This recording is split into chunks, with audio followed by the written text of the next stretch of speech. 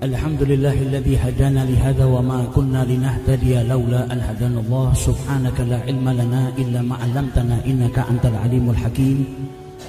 Rabbi shrah li sadri wa yassir li amri wahlul 'uqdatam min lisani yafqahu qawli. Allahumma salli wa sallim ala sayyidina Muhammadin miftahi bab rahmatillah adada ma fi ilmillah salatan wa salaman daimaini bidawami mulkillah wa ala alihi wa sahbihi ajma'in, amma ba'du. Alhamdulillah, malam hari ini kita dikumpulkan oleh Allah subhanahu wa ta'ala di tempat yang tidak kita ragukan bahwasanya tempat ini dan majelis ini dihujani keberkahan oleh Allah subhanahu wa ta'ala. Dan semoga kita yang duduk di majelis ini tak seorang pun terkecuali mendapatkan keberkahan tersebut, mendapatkan rahmat tersebut, dan tidak berdiri dari majelis ini terkecuali mendapatkan bagian ampunan dari Allah subhanahu wa ta'ala. Amin ya rabbal alamin. Kita berkumpul di sini tak lain untuk melaksanakan apa yang diperintahkan oleh Rasulullah sallallahu alaihi wasallam, di mana beliau memerintahkan kita di malam Jumat ini untuk memperbanyak sholawat kepada beliau, memperbanyak salam kepada beliau. Di majelis ini mulai tadi kita sibuk bersolawat kepada Rasulullah, mendengarkan sejarah hidup manusia yang paling mulia yang diutus oleh Allah subhanahu wa ta'ala ke muka bumi ini, dan juga kita bersama-sama mengucapkan salam kepada Nabi besar Muhammad sallallahu alaihi wasallam, di mana dikatakan oleh para ulama kita di akhir zaman ini sangat-sangatlah membutuhkan untuk memperbanyak sholawat dan salam kepada Rasul sallallahu alaihi wasallam, yang mana sholawat dan salam itu adalah bagian agar kita diberikan keselamatan oleh Allah subhanahu wa ta'ala. Nabi sallallahu alaihi wasallam beliau berkata dalam hadisnya bahwasanya tidak seorang pun yang mengucapkan salam kepadaku illa raddallahu ruhi, terkecuali ruhku dikembalikan oleh Allah subhanahu wa ta'ala sampai aku dapat menjawab salamnya. Bayangkan salam yang kita baca tadi ketika mahalul qiyam, ya Nabi salam alaika. Setiap ucapan salam yang kita haturkan kepada junjungan Nabi besar Muhammad sallallahu alaihi wasallam, maka salam kita dijawab oleh Nabi besar Muhammad sallallahu alaihi wasallam. Ketika Nabi menjawab salam kita, maka yang terlontar dari lisannya adalah doa. Beliau yang mengajarkan kepada kita memulai salam hukumnya sunnah dan menjawab salam hukumnya wajib, maka yang mengajarkan kepada kita tak mungkin tidak mengamalkannya. Ketika kita mengucap salam kepada Rasulullah, maka Nabi menjawab salam kita dengan sebutan wa alaikassalam wa rahmatullahi wa barakatuh. Maka ucapan dari lisan Nabi adalah sebuah doa yang mana manusia yang satu ini tak sekalipun doanya pernah ditolak oleh Allah subhanahu wa ta'ala.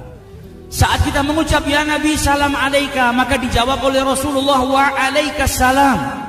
Dan bagimu keselamatan, doa dari Nabi besar Muhammad sallallahu alaihi wasallam. Manusia yang mendapatkan doa dari sang Nabi wa alaikassalam, dan bagimu keselamatan, insya Allah orang tersebut selamat di dunia sampai di akhiratnya Allah subhanahu wa ta'ala.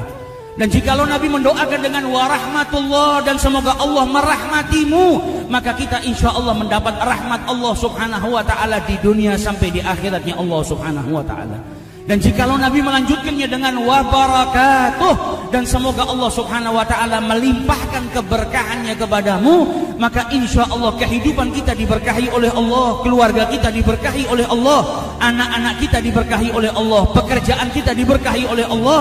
Karena tak lain yang berdoa adalah kekasih Allah subhanahu wa ta'ala, maka doanya pasti insya Allah akan diijabahi oleh Allah subhanahu wa ta'ala. Beruntung malam hari ini kita bisa berkumpul bersama-sama di sini, bersolawat kepada Rasulullah, mengucapkan salam kepada Rasul sallallahu alaihi wasallam, yang insya Allah perkumpulan ini menjadi penolak daripada bencana-bencana yang Allah hendak turunkan ke negara kita ini dan negara-negara muslim lainnya. Semoga kumpulnya kita di sini juga menjadi rahmat bagi alam semesta, sehingga Allah subhanahu wa ta'ala kemudian lebih mencintai kita, mencintai hamba-hambanya, sehingga tidak menurunkan lagi bala bencana yang akhir-akhir ini menimpa negara kita. Amin ya rabbal alamin. Kita kumpul di sini untuk menyempurnakan keimanan kita. Hadirnya kita di sini tak lain adalah upaya agar kita bisa mendapatkan keimanan yang sempurna, keimanan yang tinggi dengan mencintai Rasulullah sallallahu alaihi wasallam. Kita berkumpul di sini untuk mengamalkan apa yang diperintahkan oleh Rasulullah, di mana Nabi menjelaskan tidak beriman salah seorang daripada kalian, yang artinya tidak sempurna, hatta akunu ahabba ilaihi, sampai kalian itu bisa mencintai aku, kata Rasulullah sallallahu alaihi wasallam, melebihi daripada harta kalian, daripada kedua orang tua kalian, daripada anak-anak kalian, dan daripada seluruh manusia yang ada di muka bumi ini. Salah satu cara untuk mendapatkan keimanan yang maksimal seperti itu hanyalah dengan memperbanyak sholawat kepada Rasulullah sallallahu alaihi wasallam. Kemudian memperbanyak membaca sejarah hidup beliau, mengenal lebih dalam siapa Rasulullah, bagaimana akhlak beliau, bagaimana kehidupan beliau, yang itu semua akan menambah rasa cinta kita kepada Rasulullah sallallahu alaihi wasallam. Jikalau tidak di majelis-majelis seperti ini, maka di mana kita mencari penguat iman kita, mencari sesuatu yang dapat menguatkan mahabbah kita kepada Rasulullah sallallahu alaihi wasallam. Yang kita inginkan adalah merasakan sedikit daripada kebahagiaan yang pernah dirasakan oleh orang-orang yang hidup di sekeliling Rasulullah sallallahu alaihi wasallam.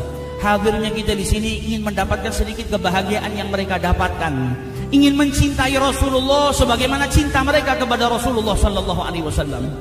Bayangkan orang-orang yang cinta kepada Nabi Muhammad, yang mereka telah menunggu kedatangan Rasulullah sallallahu alaihi wasallam.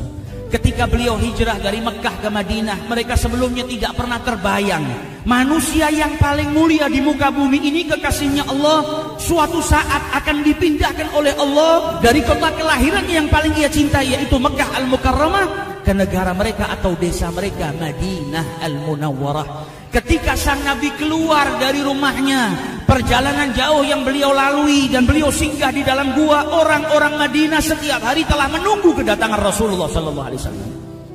Mereka bukan hanya orang-orang yang beriman, tapi melainkan mereka adalah orang-orang yang telah mengisi keimanannya, menghias keimanannya, memenuhi hatinya dengan mahabbah kepada Rasulullah sallallahu alaihi wasallam. Mus'ab ibnu Umair, seseorang yang diutus oleh Rasulullah ke Madinah, tidak hanya mengajak orang-orang Madinah untuk beriman dan mengejarkan syariat Allah, akan tetapi juga mengajarkan kepada orang-orang Ansar untuk mencintai nabinya melebihi daripada kecintaan mereka kepada harta dan keluarganya. Mus'ab ibnu Umair mengenalkan kepada orang-orang Ansar mahabbah, cinta kepada Rasul sallallahu alaihi wasallam, sehingga Nabi keluar dari rumahnya telah ditunggu oleh orang-orang Ansar dengan penuh kegundahan, kegelisahan, menanti kedatangan Rasulullah sallallahu alaihi wasallam. Dan ketika tiba datang waktunya sang Nabi masuk ke Madinah, mereka semua keluar, satu kota keluar, menyambut kedatangan manusia yang paling mereka cintai. Mereka kumandangkan syair memuji kedatangan manusia tercinta, yaitu Nabi besar Muhammad sallallahu alaihi wasallam. Tala'al badru alaina. Nabi tidak datang di waktu malam. Nabi tidak datang di waktu bulan itu terbit atau muncul. Nabi datang di waktu matahari sedang mengeluarkan sinarnya yang terang benderang. Akan tetapi orang-orang Ansar berkata, Tala'al badru alaina. Telah datang kepada kami rembulan yang bercahaya, yang bersinar. Matahari yang sinarnya luar biasa menjadikan para sahabat tidak melihat ke arah cahaya tersebut, melainkan mereka lebih terlena dan lebih takjub dengan cahaya rembulan yang dibawa oleh Rasulullah sallallahu alaihi wasallam. Mereka menyambut Nabi besar Muhammad sallallahu alaihi wasallam dengan penuh sukacita. Kita bayangkan bagaimana kebahagiaan orang-orang Madinah ketika manusia yang mereka cintai datang singgah ke kota mereka. Tak seorang pun daripada mereka kecuali berebut agar rumahnya menjadi tempat singgahnya Nabi besar Muhammad sallallahu alaihi wasallam. Mereka berkata, "Jita syarraftal Madinah ya Rasulullah." Engkau datang memuliakan kota ini. Madinah bukan kota yang indah. Madinah bukan kota yang dituju oleh orang-orang karena keindahannya yang ada. Madinah bukan kotanya orang kaya. Madinah bukan kota tempat rekreasi. Akan tetapi Madinah adalah kota biasa, yang kemudian ketika datang Rasulullah ke tempat tersebut, kedatangan Nabi, tinggalnya Nabi di tempat itu memuliakan Madinah Al-Munawwarah.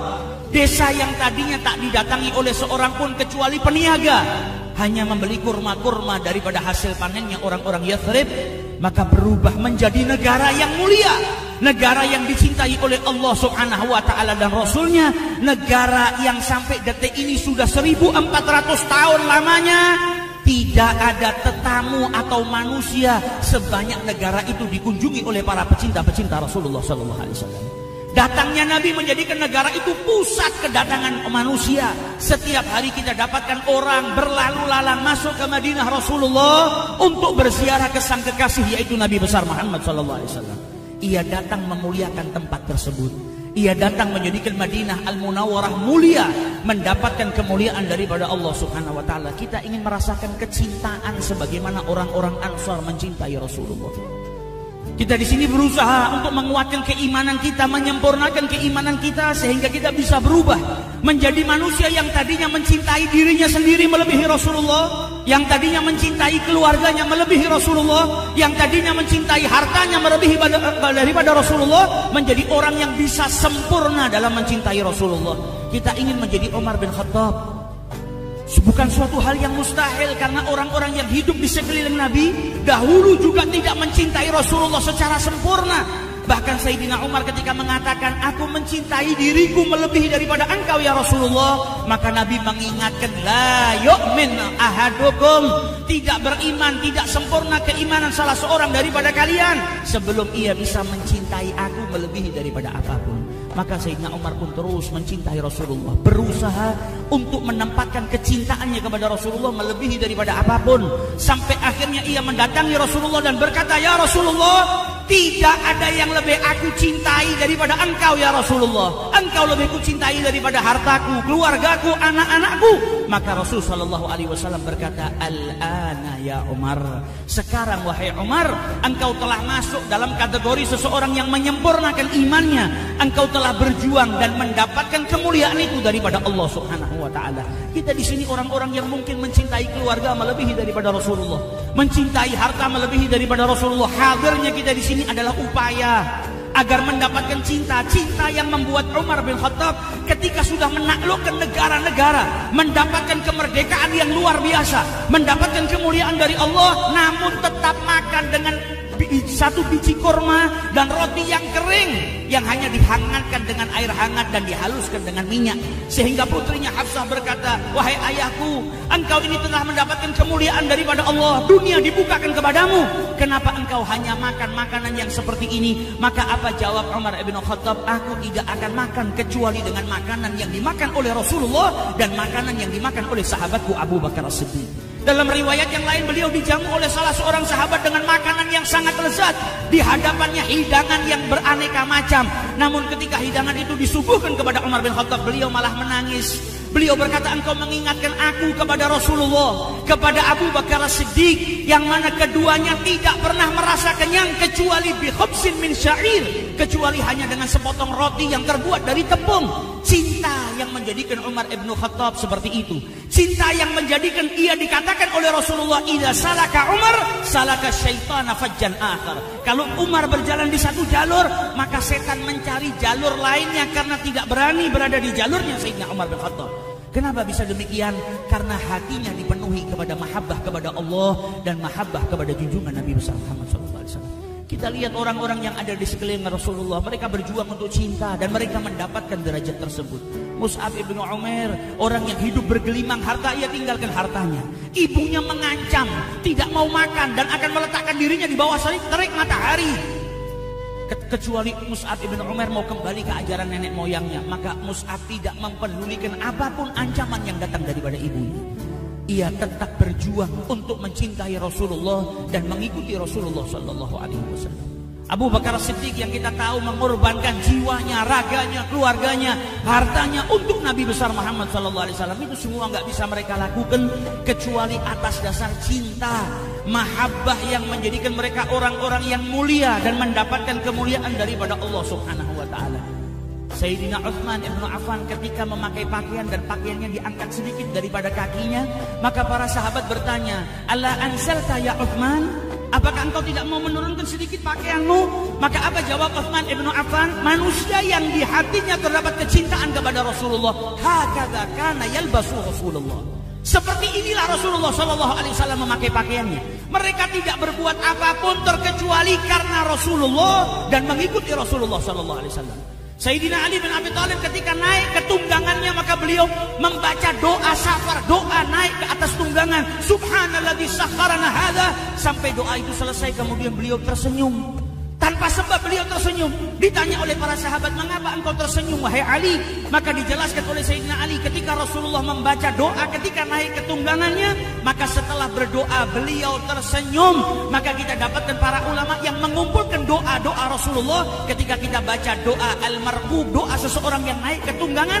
Ketika selesai doa maka dijelaskan thumma al-ibtisam lil ittiba, thumma at-tabassam lil ittiba. Setelah itu tersenyumlah untuk mengikuti sunnahnya Rasulullah SAW. Apapun yang dilakukan sama Nabi SAW menjadi sesuatu yang harus dia lakukan. Bahkan Sayyidina Abdullah ibnu Umar bin Khattab radhiyallahu taala anhu ketika berjalan bersama para sahabatnya, maka beliau berhenti di suatu tempat dan beliau berkata apa? Tunggulah aku ingin pergi ke arah sana dan menunaikan hajatku. Para sahabatnya berkata, ya Abdullah, tidak jauh dari tempat ini ada tempat yang lebih afdol supaya engkau bisa buang hajat dengan enak. Ada tempat yang lebih bersih, lebih baik daripada engkau pergi ke sana. Maka beliau katakan tidak, karena suatu ketika dahulu aku pernah berjalan dengan Rasulullah. Ketika sampai di tempat ini maka beliau pergi ke arah sana untuk menunaikan hajatnya, dan aku ingin berdiri di tempat di mana Rasulullah menunaikan hajatnya. Mahabbah yang menjadikan mereka melakukan apapun yang dilakukan oleh Rasulullah SAW. Berusaha untuk meneladani Nabi besar Muhammad SAW. Seseorang yang tidak punya cinta, ia bisa jadi beritibak melakukan apapun yang dilakukan oleh kekasihnya. Namun ketika itibaknya didasari oleh rasa cinta, maka ia akan melakukan apapun untuk mendapatkan keridhaan kekasihnya. Namun yang tidak punya rasa cinta bisa jadi mengikuti seseorang karena takut, bisa jadi mengikuti seseorang karena rasa terpaksa. Namun ketika sudah terdapat mahabbah di dalam hatinya, tergerak dengan sendirinya untuk mengikuti apa yang dilakukan oleh Rasulullah, tak lain tujuannya untuk mengamalkan firman-Nya Allah Subhanahu wa taala, in kuntum tuhibbunallaha fattabi'uni. Maka dengan mengikuti sang Nabi tadi akan mendapatkan karunia dari Allah Subhanahu wa taala, yuhibbukumullah, dicintai oleh Allah, wa yaghfir lakum dzunubakum, dan akan diampuni dosa-dosanya oleh Allah Subhanahu wa taala. Ini yang perlu kita tingkatkan. Hadirnya kita di sini adalah sebuah perjuangan agar kita bisa menambah rasa cinta kita kepada Rasulullah, bisa menyerahkan diri kita, harta kita, bahkan bisa berkorban sebagaimana pengorbanan para sahabat-sahabat Rasulullah yang mereka tidak peduli dengan nyawanya, rela wafat, rela meninggal dunia demi Nabi besar Muhammad SAW. Kalau bukan tidak seperti majelis ini maka tidak akan bertambah. Kita ingin mencintai Rasulullah seperti kecintaan mereka yang hidup di zaman Rasulullah, bahkan seperti kecintaan mereka orang-orang yang di hatinya terdapat kepenuhan atau dipenuhi dengan rasa cinta kepada Rasulullah SAW. Kita ingin merasakan cintanya Thauban yang tidak bisa berpisah sesaat pun dengan Rasulullah, yang ketika pulang ke rumahnya ia disibukkan dengan pemikiran apa? Kalau saya diletakkan oleh Allah di dalam surga yang berbeda dengan surganya Rasulullah, kalau saya dimasukkan ke dalam surga, pastilah surga saya yang paling rendah dan surganya Rasulullah paling tinggi karena beliau kekasihnya Allah. Bagaimana kalau sampai di surga saya tidak bisa berjumpa dengan Rasulullah SAW? Bahkan di dalam surga sesuatu yang nikmat yang beliau pikirkan apa? Rasulullah SAW. Sibuk memikirkan Nabi Muhammad SAW, sehingga dijawab oleh Allah Subhanahu wa taala, wa may yuti'illah war rasul fa ulaika ma'al ladzina an'ama Allahu 'alaihim minan nabiyyin wasiddiqin wasyuhada'i wassalihin wa hasuna ulaika rafiqa. Barang siapa yang taat kepada Allah dan Rasulnya maka akan dikumpulkan dengan mereka para nabiyin, siddiqin, wasyuhada'i wassalihin. Sehingga saat itu Thauban merasakan ketenangan yang luar biasa, karena andai dia terus berjuang untuk taat kepada Allah dan Rasulnya, maka ia mendapat jaminan dari Allah dikumpulkan bersama Nabi besar Muhammad SAW. Al-Habib Ali bin Muhammad Al-Habashi, penyusun Maulid Simkud Durar ini, beliau pernah berkata, fi jannatin ma syaqani min wasfiha. Aku ini rindu kepada surga bukan karena sifat-sifat yang telah dijelaskan tentang surga, bukan karena hurul ain, bukan karena bidadari atau kenikmatan yang ada di dalam surga. Namun kerinduanku ke dalam surga, ingin cepat-cepat masuk ke dalam surga, illa likauni hibbi fiha khayyama, karena sang kekasihku tinggal di surganya Allah. Aku rindu kepada surga bukan karena kenikmatannya, bukan karena bidadari-bidadarinya, karena kekasihku Muhammad SAW bertempat tinggal di surganya Allah Subhanahu wa taala. cinta yang luar biasa yang mereka dapatkan, yang mereka terus lakukan perjuangannya untuk terus meningkatkan kecintaan mereka kepada Rasulullah SAW. Ini yang kita harapkan keluar dari majelis ini, kita mendapatkan perubahan. Yang tadinya cinta kepada Rasulullah semakin mencintai, yang belum cinta bertambah kecintaannya kepada Rasulullah SAW. Dan semoga harapan yang ada dalam hati ini tidak disia-siakan oleh Allah Subhanahu Wa Taala, tidak dikeluarkan dari majelis ini kecuali kita menjadi orang-orang yang bisa mencintai Rasulullah dengan hakikatul mahabbah, bisa mencintai Allah dengan hakikatul mahabbah, bisa mengerjakan sunnah-sunnahnya Rasulullah, meneladani Rasulullah dengan mahabbah, dengan cinta yang penuh, sehingga kecintaan kita dibalas dengan kecintaan Allah Subhanahu Wa Taala. Amin ya rabbal alamin wal